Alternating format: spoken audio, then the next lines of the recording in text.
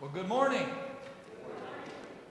I'm Pastor Steve. For those of you that may not know me, it's always interesting. Thank you for being here this morning. Oops, sorry, sir.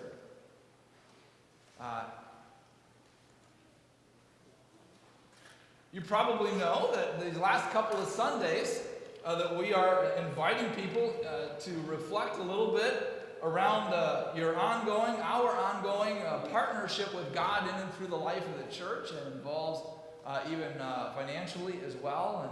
And when I first started in ministry, I was scared to death to talk about money and giving and those. So I thought, oh gosh, nobody wants to hear that, so I'm afraid. And I had even when one guy at my first church that I pastored, I'd only been in ministry like a year. And I sort of sheepishly stood up there and talked about giving, and I think I mentioned tithing a couple of times. And on the way out that morning, he said, if the church was doing what it was supposed to do, you'd never have to talk about that. And I sort of hung my head because I was new in ministry and I was sort of embarrassed. But I really have come to believe that, obviously I don't believe in arm twisting, but I do believe that it's an opportunity for us to reflect in our own relationship with God. And maybe one of the ways that we have to open up the door to God's blessing and presence in even greater ways. And so I'm excited, and I hope that you'll find this morning and next Sunday as well informative, interesting, as well as even inspiring. I'm going to share just a little bit, and we created a bulletin this morning, the full bulletin, because we had a number of things we wanted to distribute. And the consecration luncheon reservation card for next week, if you didn't fill one out last week, be sure to drop one of those in the offering a little later. But also there's this sheet in there, and it says one side's got these like step-up things, and the other side says weekly income chart. And I'm going to share just a little bit around this step-up chart. All of this was received anonymously through our person that keeps records of giving in the church, but they kind of broke down into different categories, giving. And I thought, well, as a way of being informative and reflecting a little bit, that we could have a little conversation. So what it breaks it into, so there's these different categories. The first one says, and this is a weekly giving. It's just basically the kind of statistics of the life of the church in terms of weekly giving. I'm not going to deal with the zero, but there's a 1 cent to $5, a 5 to 10, a 10 to 20, and so on up the line. I'm going to give you some numbers. If you're an OCD freak like me, you might want to jot those numbers down just out of curiosity. Every single one of these categories has multiple numbers in them, although as you get higher up the scale, it's a little less and lower in the scale. But that first category, $1 to $5 a week, the number is 35. And I was reflecting a little bit on, what does a Starbucks cost? Is it more or less than 5? Depends. Okay, so this 5 to 10 category, the number there is 16 in terms of the number of households, giving units, individuals. And some of these, now granted, when you're at that first level, it could be someone that comes 3 times a year, but their giving is averaged over the course in here in the case of weekly. So, it's hard to tell exactly. But I'll say, so maybe a Starbucks card, or I was thinking, what is I'm not a shopper, what is a 6-pack roll of toilet paper, the extra, what does that cost? 5, 6, 8, something like that. Kiffin usually is the one buying that in our household, but and then $10 to $20 a week, 30. The number there is 30, and so that might be 2 people going to McDonald's and getting value meals, right? $10 to $20 a week, $20 to $30 a week. The number is 24, and that might be if you're really a family of 4 and you really eat light. You might be able to go to go out to eat to a sit down, maybe an Applebee's if you get the 2 for 20 and you sort of split it. $30 to $40 a week. The next level is the number is 13 as far as the number of families, units in the life of the church. That might be for my family. If we go to Bob Evans and we sit down, it's hard to keep it below 39. And so that next category is 40 to 50, and that's 9. But you get an idea when sometimes, and I think the purpose of this is as a part of kind of the process that we do here at Central Trinity, is just to get us thinking that, we go out and we buy a Starbucks coffee, or we go out to eat, or we go to the movies, and we don't really think anything of it. But sometimes it can seem like a lot more when it's participating with what God's doing in our work, in the world, and into the life of the church. I'm going to give you the rest of those numbers. We're not going to talk about what those equate to or anything, but I'm just going to give them to you. 50 to 75, the number is 20. 75 to 100, the number is 7. 100 to 150 per week, the number is 12. 150 to 200 per week, the number is 4. And 200 or more per week, the number is 5. So that gives you an idea of kind of giving in the life of our church. Is a wide variety of places. And it just, kind of the idea of what does it mean to participate with God in this way in my life. So just something for you to kind of think about a little bit and reflect on. I want to introduce at this time Bruce Boyd. He is our guest speaker this morning. So the last 4 or 5 years, the people that have come up here and spoke to you in this time of the year, when we're reflecting on this area of our lives and faith, it's been a pastor. Bruce is not a pastor. Bruce has been a leader in our conference, the Methodist West Ohio Conference, for many years. He was co-lay leader, which is a significant non-pastor lay leader, leader in position in our conference back some years back.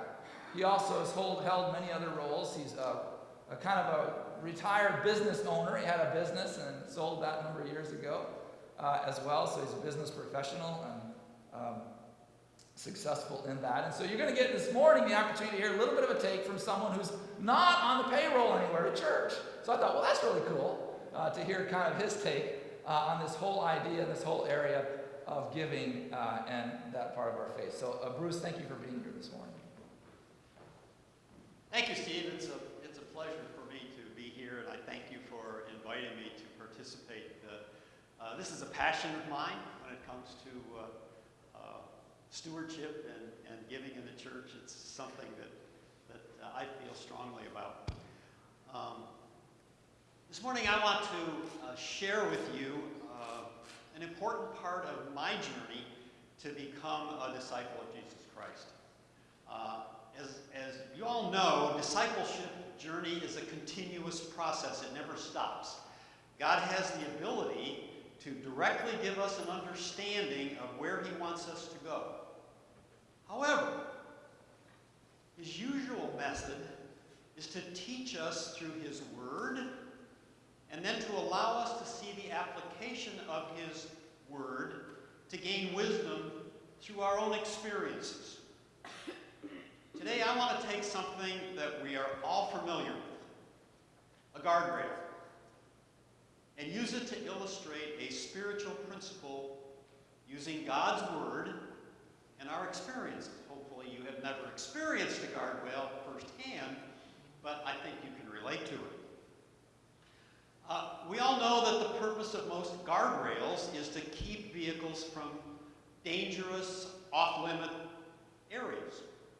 Guardrails are always placed some distance from the danger and the trouble. However, we know that sometimes guardrails themselves can become a danger and can cause thousands, hundreds, thousands of dollars of damage if you get too close to the guardrail.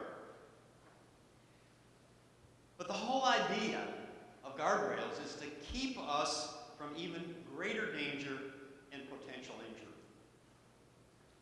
We all understand the value of guardrails when it comes to driving. But what if we had guardrails for our beliefs, our behaviors, our attitudes, our relationships, our actions, and ultimately, what if we had guardrails for the choices we make as we drive down the highway of life? We could spend a lot of time talking about all of these things, about any one of those areas in your life where you need guardrails when we're approaching danger zones. And if you want to find out more about these, I recommend a book by Andy Stanley called Guardrails, Avoiding Regrets in Your Life. But today I want to focus on a topic that affects all of us, and that's money.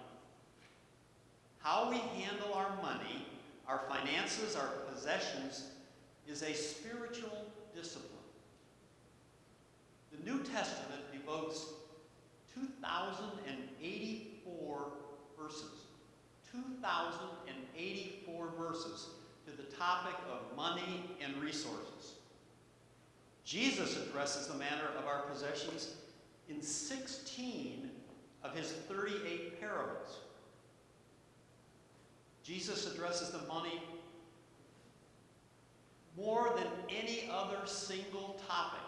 Almost 15% of everything Jesus talked about related to money and possessions.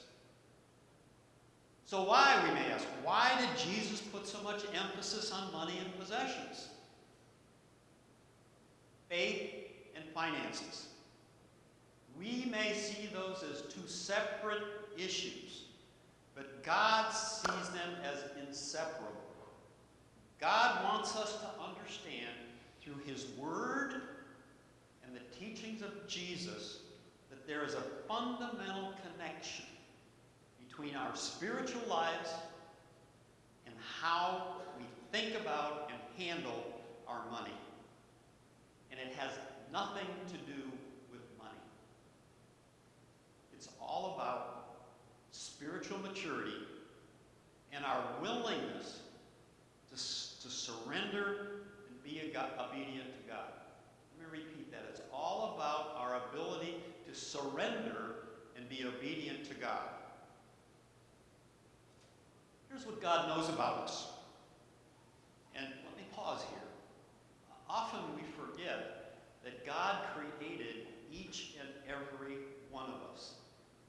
He knows everything about us. You can't hide from God. Here's what he knows about you and me, because it's been true since the beginning of time. God's chief competition for your heart, mind, and soul, for your devotion, for your fellowship, and for your loyalty and service. God's chief competition is not the devil. I don't think any of us sit around at home going, should I worship Satan or should I worship God? If you have that issue, I suggest you go talk to Pastor Steve, because I'm not going to deal with that here. But for the average person, the real internal struggle is, do I surrender myself and put my dependence on God? Or do I place my dependence and trust in myself and my ability to be self-sufficient? When it comes to money, surrendering has always been a big issue for me. Surrendering is not easy, and obedience is even more difficult. Here's how Jesus addresses the issue. In fact, the issue was so important to Jesus that he made it the centerpiece of his Sermon on the Mount over 2,000 years ago. Recorded for us by Matthew in chapter 6, verse 24. This is amazing. Listen. No one can serve two masters. Either you will hate one and love the other, or you will be devoted to one and despise the other. It's Matthew 6, verse 24. Okay, you say, I understand that, but how does that apply to me? I don't have two masters. I worship God every Sunday morning, and I try to be a good person. And I listen to God most of the time, and certainly go to him when I need help. But Jesus goes one step further at the end of verse 24. You cannot serve God and money. Wow. What is Jesus saying here? You can't serve God and money. What does that mean? I think Jesus is saying, let me help you recognize something here. There's a tension within you when it comes to who or what is going to be the master of your life. Who or what will you place your trust in? Money? The pursuit of wealth? The pursuit of security? The pursuit of whatever represents for you? Or will you place your trust in God? God knows there's going to be a tension because he loves you, because he wants to treat you as his father, because God knows what is best for you. God wants your undivided attention. He wants your devotion. He wants to be your master, and he knows his chief competition is stuff. The acquisition and pursuit of stuff. That's why there's so much in the Bible about money and possessions, because he knows it's his competition. So let's get back to guardrails. See how they help us in this narrative. There are two sides. There are two ditches on either side of the road. There are two ditches here when it comes to the road of life, when it comes to dealing with finances and possessions. One has to do with consumption, and the other has to do with hoarding. Consumption, hoarding. Now stay with me here. I don't want to leave anybody out of this conversation. In your fiber, in your soul, you're either one or the other. And maybe parts of both at different points in time. So we need guardrails to protect us from the ditches on either side of the highway of life. Let's talk about these two ditches for a moment. Consuming means that everything that comes your way, you consume. All your income, all your cash become possessions, your house, your car, your clothes, your toys. You just consume, consume, consume, as if your life depends on it. Then you might just become a person who has a lot of, what? Consumer debt. But you say, that's not me, I'm not a consumer. Well, on the other side of the road, the other ditch is hoarding. You tend to say, what about this? What about that? What about? What about? What if I get sick? What if I want to retire? What if I want a new house? What if something goes bad in the economy? What if I lose my job? I need to protect myself from those things I can't control. The interesting thing about consuming and hoarding is that these two opposites, they tend to marry each other, don't they? In marriage, we don't call it consuming and hoarding. We call it spenders and what? I'm not a hoarder, I'm a saver. And that's a godly issue. That's a godly virtue, isn't it? There's this tension between spending and saving in our marriage relationships that many times turns into friction and becomes one of the most common reasons marriages fall apart. So here we have these two ditches on the highway of life. Consuming or spending on one side, and hoarding and saving on the other side. But both have things in common. Both are self-centered. Both leave you living as if there's no God. Both are fueled by the same passion. Both are driven by the G word, and that's not God. Both are driven by greed. Stay with me. Don't tune me out. Greed is very difficult, almost impossible to see in the mirror. Have you ever had someone say to you, "Pray for me, I'm greedy"? I've never had anybody ask me that. No. Greed is an attitude of self-centeredness that separates us from a God-centered life. Believe me, I've been there. For most of my life, money, the pursuit of wealth, the pursuit of success separated me from a God-centered life. So what is the biblical context for greed that may provide us for God's guidance to stay away from these two guardrails? If you take everything that Jesus says and put it together, here's Jesus' definition of greed. These are my words. Greed is the assumption that everything I earn is for me, for my consumption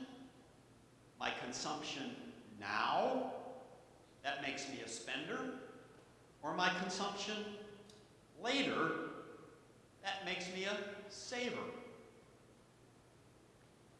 The problem is that leaves us living as if there's no God.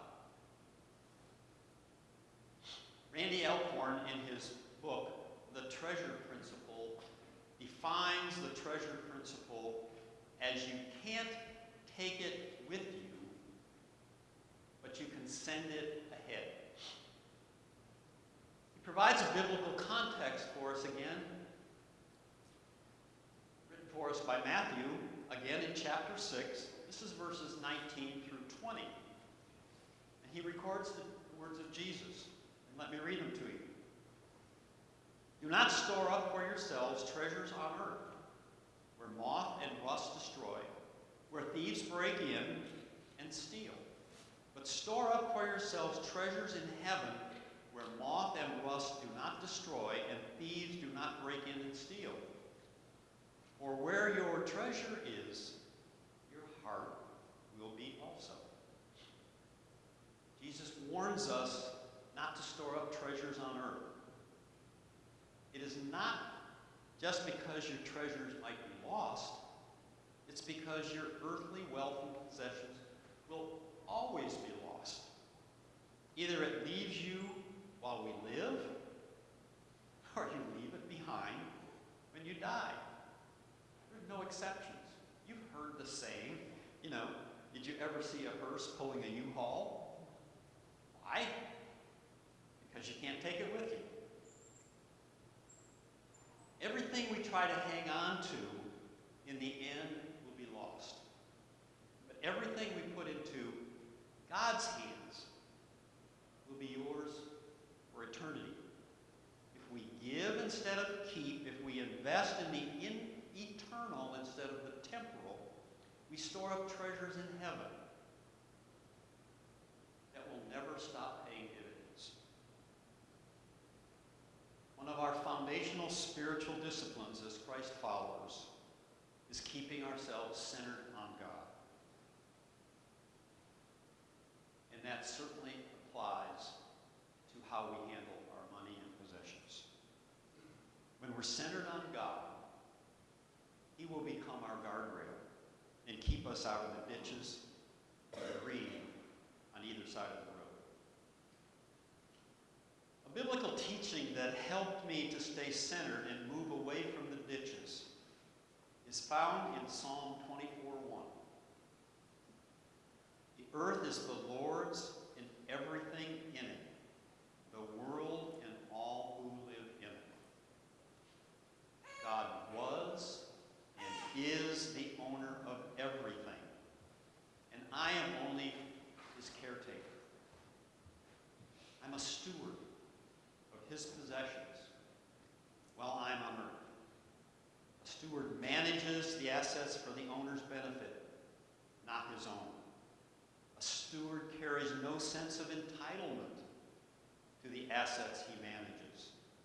His job, our job, is to find out what the owner wants done with his assets and carry out His will. Talking about surrendering and obedience again. To be good stewards of the resources God has given us, we must understand what God's will and respond with obedience. Once a distraught man came up to John Wesley shouting, "Mr. Wesley, Mr. Wesley, something terrible has happened. Your house has burned to the ground." John Wesley's response was, "No, the Lord's house has burned to the ground. That means one less responsibility for me." Wesley's reaction wasn't denial.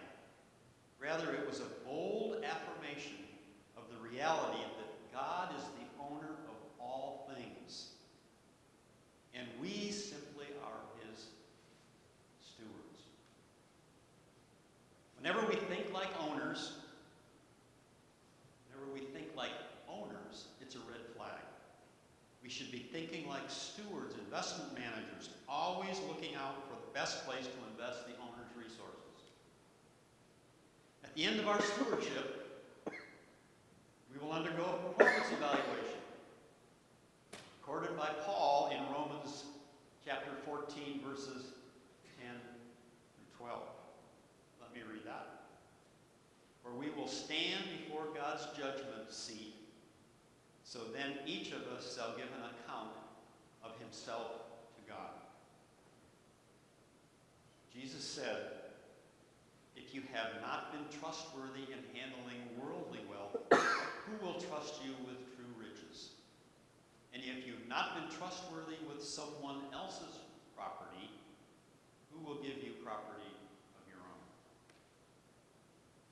If you handle God's resources faithfully, he will give you true riches, eternal riches. By telling us that our hearts follow, Jesus also said this, "Where your treasure is, your heart will also be." Again, in Matthew 6, verse 21. By telling us our hearts follow our treasure, Jesus is saying, "Show me your checkbook. Show me your Visa statements. Show me your receipts. And I will show you where your heart is." My point is, it's not difficult to discern what the owner of the universe wants his stewards, us, to do with the resources he has entrusted to us. He has provided us with an instruction manual. It is our responsibility to respond with obedience and surrender to his will.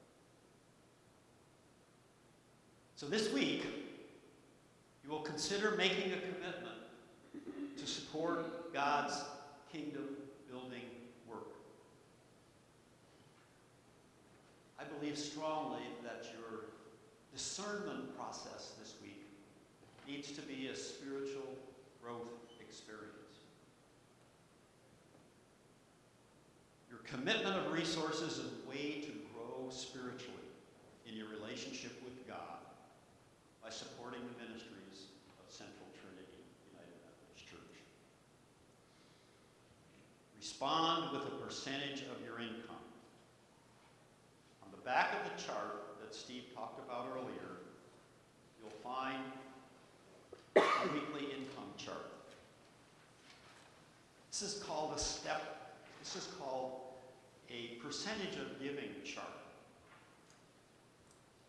Use this chart over the next week to determine where you are currently, and then pray about making one step to the left as you grow in your stewardship of the abundant resources God has provided. As you go through this discernment process, please keep in mind the scriptural reference, our key reference, Psalm 24:1. "The earth is the Lord's and everything in it, the world and all who live in it." The amount is not important, but your response to God's call, surrendering with obedience, is what true stewardship is about. True stewardship is symbolic of giving back to God out of appreciation for his indescribable gift of grace to every one of us. The ushers will now pass out a 7-day devotional guide, which you can also use in your discernment process this week. And in the devotional guide is an estimate of giving card. It'll ask you to prayerfully consider your estimate of giving for the coming year. And fill out the card and bring it with you next week for a consecration Sunday service. God bless all of you. And I pray that you will respond generously to God's call in your life. And one of the things that I really latched onto that Bruce had said is, this is not about anyone here telling you what to do, but inviting you to have a conversation this week with God. No arm twisting. And for some of you, a number of you are newer to our church, please know that what goes on this card is kept confidentially by our record keepers. There's no follow-up in the middle of the year. If your income, things change in your life, then you make those adjustments as God leads. And there is no follow-up from the church saying, hey, what about this or what about that? That is totally between you and the Lord. And I just invite you to be a part of that journey and just seek not to do what Steve or Bruce or anyone else does, but simply what God might place upon your heart. But this time we're going to invite the ushers to come and to pass the baskets around for a morning offering. Please be sure to drop the Connect card in the plates, baskets as they come around. And also, if you haven't filled out that reservation card, even if you're not going to be with us, please make us aware of that so we can make sure that we have enough food next week. Immediately following this service, there will be a breakfast.